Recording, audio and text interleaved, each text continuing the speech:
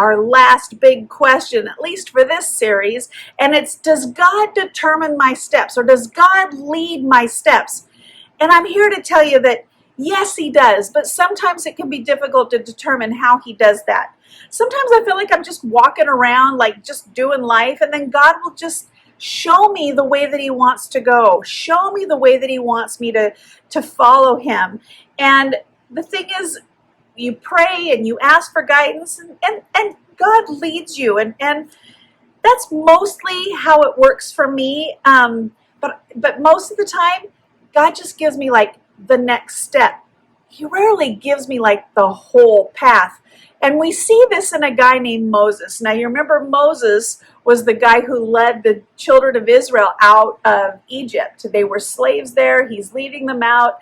And you know, honestly, if God had said to Moses, look, it's going to take 40 years to get from Egypt to the promised land, and there's going to be a lot of complaining, and the people are going to be really unhappy most of the time, and they're going to be really cranky, I don't think Moses would have signed up. He would have said, you know, you might want to find somebody else to do this job. In fact, he almost did that. He tried, you know, at the burning bush. He's like, you don't want me to do this.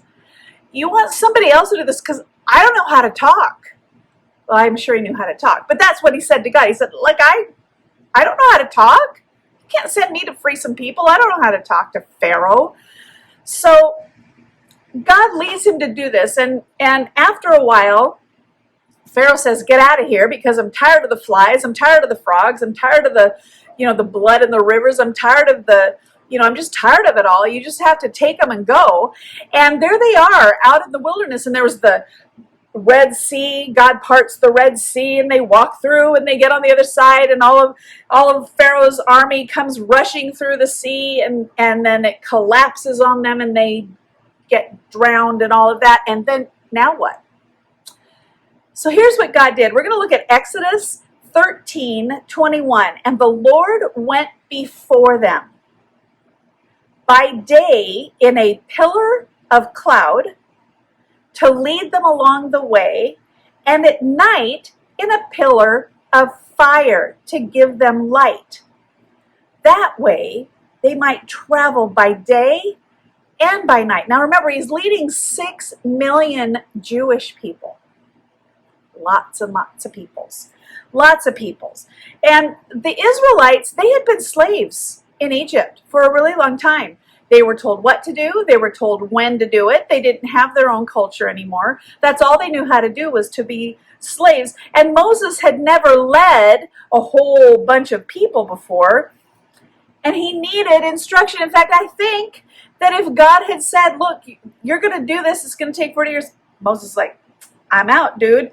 And so God gave him this cloud to follow, and he gave him this pillar of fire to follow so that he wouldn't lose his way. And it was kind of like the way God does with me and maybe does with you. He gives him that next step. You know, the cloud was there during the day, follow that. The fire was there at night, follow that. And as long as it was that simple, I think, you know, us humans, we need it that simple sometimes. And so that's what God was doing for Moses.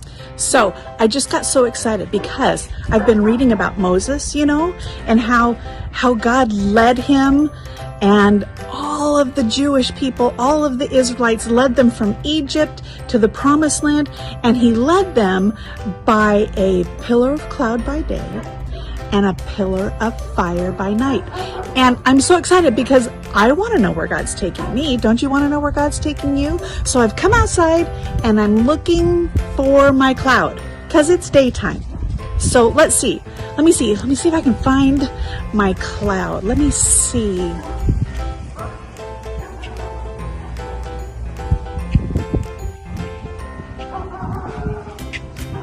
There is not a cloud in the sky. What's up with that? So I came out earlier today. This is much earlier in the morning, and I'm looking for my cloud. My dog is jumping on me, but I'm looking for my cloud, my pillar of cloud by day, because see, I'm still hoping that I can find God's direction for, you know, my steps. And he promises that he will, but this is how he did it with Moses. And I'm looking around and I'm trying to find my cloud. I mean, it's just show you what I see.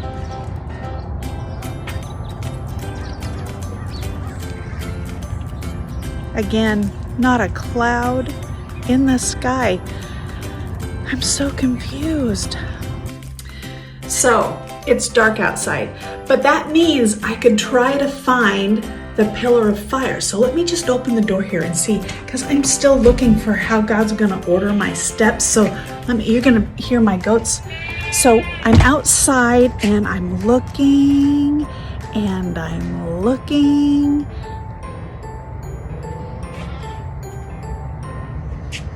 I don't see a pillar of fire. I just see dark. I see the moon. So I realized maybe the problem was that I went in the backyard, and maybe my pillar of clouds in the front, and so I'm kind of out here looking for my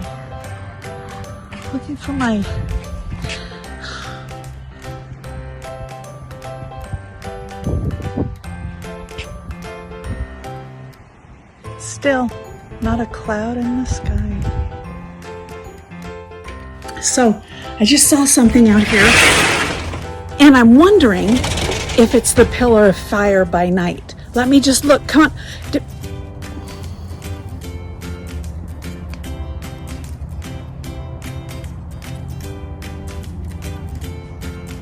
It's a flashlight.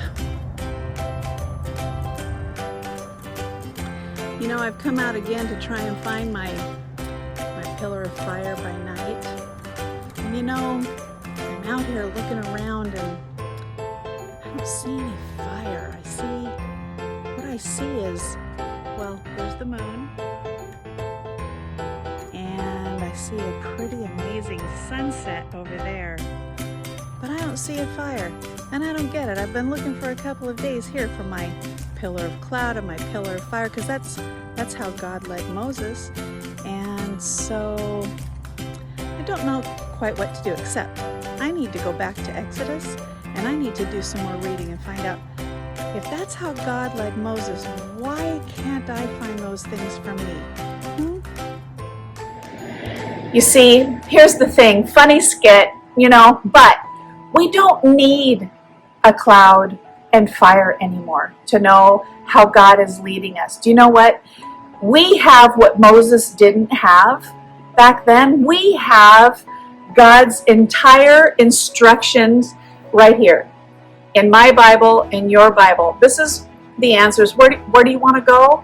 The answer's right here. Where do you want to go to school? The answer's right here. Who are you going to marry? The answer's right here. What do you want to be in life? The answer's right here. Oh, your business is failing? The answer's right here.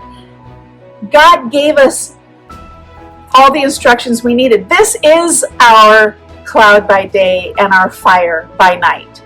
So it's silly to go out and look for something that God gave Moses, because Moses didn't have this. He had some of this, but he didn't have this, not in the same way that we do.